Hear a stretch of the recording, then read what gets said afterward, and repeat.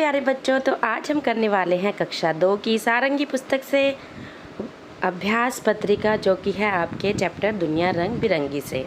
तो पहला प्रश्न है जिसमें आपको विकल्प दिए गए हैं 4 और आपको सही विकल्प कर टिक करना है। तो देखिए पहला क्वेश्चन क्या है, इस कविता में किसकी बात की गई है। तो जैसा ही आपको इसके नाम से पता चल रहा है दुनिया रंग बिरंगी, तो किसकी बात की गई है, रंगों की। तो यहाँ पे हमारा ऑप्शन क्या आएगा, रंगों की। सागर का पानी कैसा है, तो सागर का पानी कैसा है, नीला।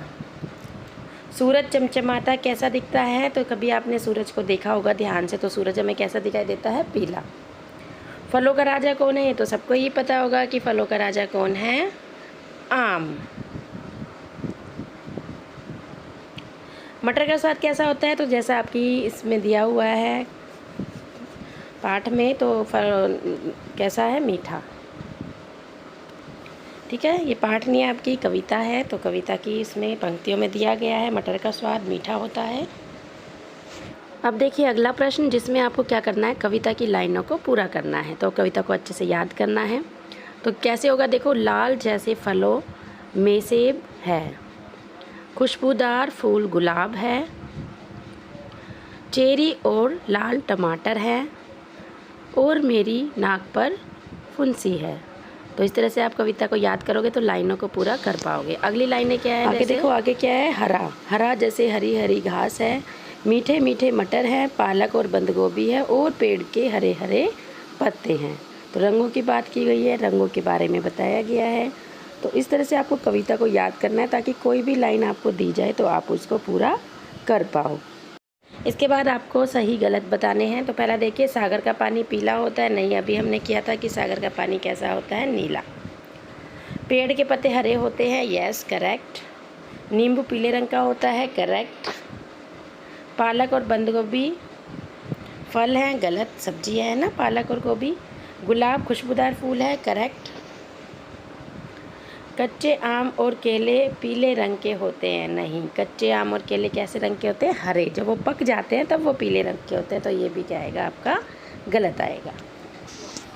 अब कुछ प्रश्नों के उत्तर देने हैं, जिसमें पहला प्रश्न है, कवि ने 4 प्राथमिक रंगों का वर्णन क्यों किया। जो उसने 4 रंगों के बारे में बताया वो उसने क्यों किया, इसका आपको आंसर देना है।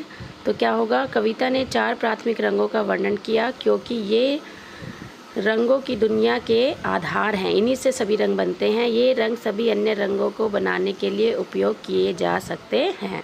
अगला प्रश्न है, प्रत्येक रंग का प्रतिनिधित्व करने वाले वस्तुओं का क्या प्रतीकात्मक अर्थ है। तो हम सभी रंगों को क्या क्या चीज़ें दर्शाती है वो बताना। जैसे नीला रंग आकाश पानी मोर पंख पंछी, पीला रंग सूरज फल नींबू सूरजमुखी, लाल रंग सेब गुलाब चेरी नाक पर फुंसी, और हरा रंग घास मटर पालक और गोभी और पेड़ के पत्ते। जो भी कविता में आए हैं वो आपको बताने हैं। अगला प्रश्न देखो, कविता का मुख्य उद्देश्य क्या है।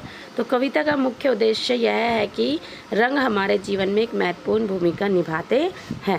तो सभी प्रश्न आपको पाठ में से ही उत्तर इनके देने हैं, तो अच्छे से इनको याद कीजिए और लिखिए।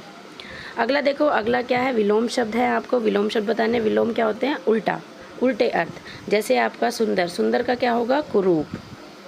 ठीक है, इसी तरह से मीठा, मीठा का क्या होगा, कड़वा। तो ये उल्टे अर्थ वाले शब्द हैं जिसमें अपोजिट आपको बताने होते हैं। उसके बाद पर्यायवाची यानी सिनोनिम, यानी कि उसका ही दूसरा नाम। तो पानी को हम और क्या कहते हैं, जल। ठीक है, पानी को क्या कहेंगे, जल। इसी तरह से मोर का दूसरा नाम क्या है, मयूर। मोर को क्या बोलते हैं, मयूर। अगले प्रश्न में आपको इन शब्दों को वाक्य में प्रयोग करना है। जैसे आकाश, तो आकाश के लिए आप क्या लिख सकते हो, आकाश में बहुत सारे तारे हैं। आप अपने से भी कोई भी वाक्य बना सकते हो, अगर आपको कोई और वाक्य आता है वो भी आप लिख सकते हो। इसके बाद है खुशबूदार, तो गुलाब का फूल बहुत खुशबूदार होता है। ठीक है, आप अपने से भी बना सकते हो, ज़रूरी नहीं है आपको यही लिखना है, आप इस सोचिए और अपने से भी ये जो शब्द है वाक्य है बना सकते हो। इसके बाद है पंख, मोर के पंख बहुत सुंदर होते हैं।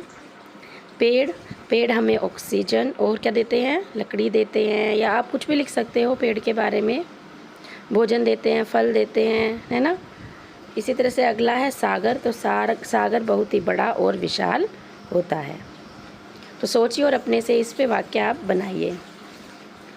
अगला देखिए हमें क्या लिखना है, आपको कविता में से रंग कौन कौन से दिए हैं, फल कौन कौन से आए हैं नाम उनके, सब्जियां कौन कौन सी आई है कविता में, और फूल कौन कौन से आए हैं वो आपको बताने हैं। तो रंग कौन कौन से आए हैं, नीला, पीला, लाल, हरा।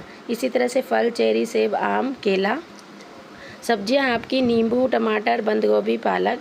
और फूल कौन कौन से आए हैं इस कविता में, सूरजमुखी और गुलाब। तो ये सारे आपको कविता में से ही लिखने थे। अगला प्रश्न देखिए जिसमें आपको मोर के बारे में 2-3 वाक्य लिखने हैं। तो सबसे पहले तो मोर क्या होता है, बहुत ही सुंदर पक्षी होता है। मोर हमारा क्या है, राष्ट्रीय पक्षी है। ठीक है, ये सबको याद रखना है आपको। मोर में लगभग सभी रंग होते हैं। उसके सिर पर कलगी होती है, जो मोर के ऊपर होते हैं सर पे, उसको क्या बोलते हैं, कलगी। मोर को वर्षा ऋतु बेहद पसंद होती है। आपने देखा नाचता हुआ मोर, तो वर्षा ऋतु में मोर नाचता है ना, कितना सुंदर लगता है। तो ये लाइनें आप याद कीजिए। तो ये वर्कशीट की इसका अभ्यास कीजिए। आशा करती हूँ आपको समझ आई होगी अच्छे से। तो इस तरह की और वर्कशीट के लिए मेरे चैनल को सब्सक्राइब कीजिए। धन्यवाद।